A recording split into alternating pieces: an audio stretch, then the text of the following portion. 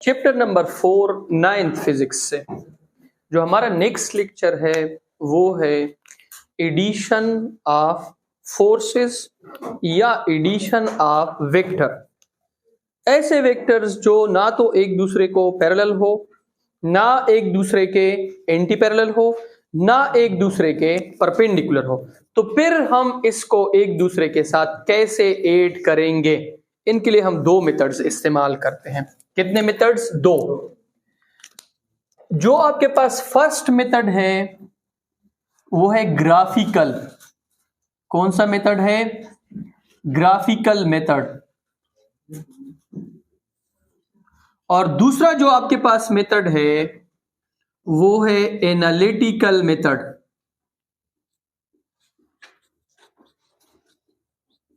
किसी भी दो या दो से ज्यादा वेक्टर्स को, इससे पहले लेक्चर में मैंने आप लोगों को कहा कि आसानी से अगर आप ऐड करना चाहते हैं, या तो वो पैरेलल होने चाहिए, या वो एंटी पैरेलल होने चाहिए, या वो परपेंडिकुलर।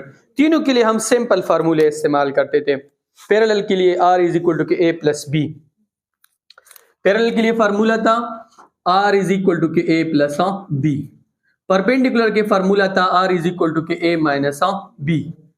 सॉरी, एंटी पैरेलल के लिए, परपेंडिकुलर के लिए R इज इक्वल टू के A square plus B square. ठीक है, ये किसके लिए था? परपेंडिकुलर के लिए था। ये किसके लिए था? पैरेलल के लिए था। और ये किसके लिए था? Anti parallel. ठीक है, अगर इनमें से कोई भी कंडीशन ना हो तो फिर हम क्या करेंगे? दो मेथड्स इस्तेमाल करेंगे। एक ग्राफिकल मेथड है और एक आपके पास एनालिटिकल। ग्राफिकल में हम इस्तेमाल करते हैं हेड टू टेल रूल। ठीक है, head to tail rule. Head to tail rule क्या है? ये आपके पास मोर इंफॉर्मेटिव मेथड है। कौन सा मेथड है? More informative. Head to tail rule is more informative method,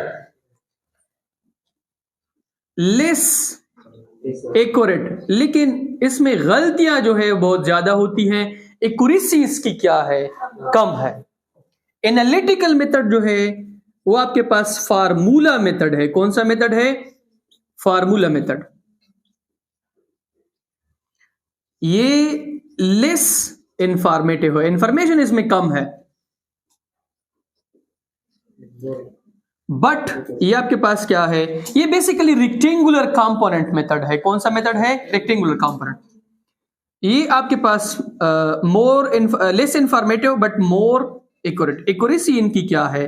ज्यादा है। क्यों? क्योंकि इसमें ग्राफ्स एक्सेट्रा नहीं है, सीधा फार्मूला है। अब मैं पहले किसको एक्सप्लेन करता हूं? Head to tail rule.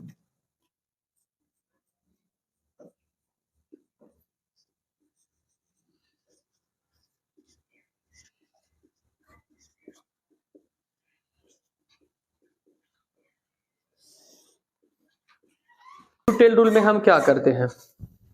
दो या दो से ज्यादा वेक्टर्स को हम आपस में इस तरीके से ऐड करते हैं कि एक वेक्टर का हेड होता है, दूसरे का टेल, और फिर इनसे क्या निकालते हैं? रिजल्टेंट।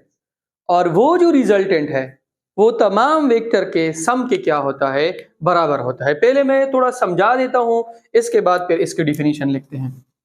सर इधर देखिए,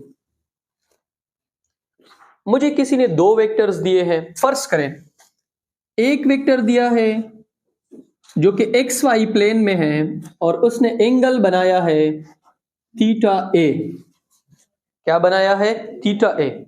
एक वेक्टर है एक्स वाई प्लेन में पड़ा है।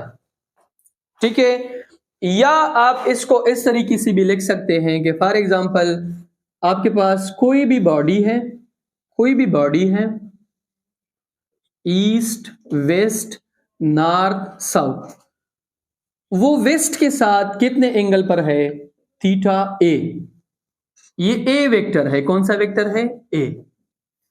और दूसरा आपके पास एक प्लेन है जिसमें एक वेक्टर है बी। कौन सा वेक्टर है? बी। और ये वो किस एंगल पर है? Theta B. अभी हमें कहते हैं कि दोनों को आपस में हेड टू टेल रूल के जरिए क्या करे, ऐड करे और फिर इनका क्या निकाले, रिजल्टेंट। सबसे पहले हम यहां पे एक XY प्लेन बनाएंगे, this is Y and this is X। इस वेक्टर को ड्रा करेंगे इसी एंगल के ऊपर। ये आपके पास हो गया वेक्टर A, ये इस वेक्टर का क्या है, टेल, ये इस वेक्टर का क्या है, हेड। ये मेरे पास फर्स्ट वेक्टर है। कौन सा वेक्टर है, फर्स्ट। अब ये जो सेकंड वेक्टर है, ये जो सेकंड वेक्टर है, मैं क्या करूंगा कि ये सेकंड वेक्टर का क्या है, टेल, ये उसका क्या है, हेड। मैं सेकंड वेक्टर के टेल के साथ फर्स्ट वेक्टर का क्या कनेक्ट करूंगा, हेड। ये उसका हो गया टेल, ये उसका क्या हो गया, हेड। दोनों कनेक्ट हो गए।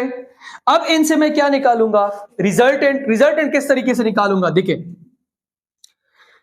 जो पहला वेक्टर है उसकी टेल के साथ रिजल्टेंट का टेल और लास्ट वेक्टर के हेड के साथ रिजल्टेंट का क्या होगा, हेड। तो आपके पास इसका रिजल्टेंट किस चीज के बराबर है, आएगा R is equal to A plus B।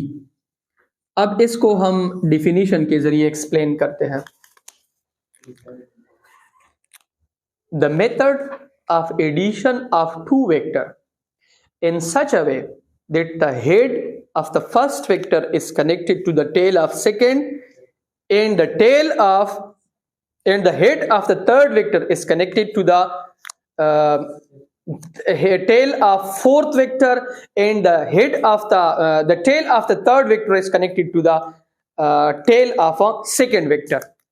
पहले वेक्टर की हेड है, दूसरी की टेल, तीसरे वेक्टर की हेड है, चौथी की टेल, पांचवें वेक्टर की हेड है और फिर इससे छठे वेक्टर की क्या है, टेल है। अब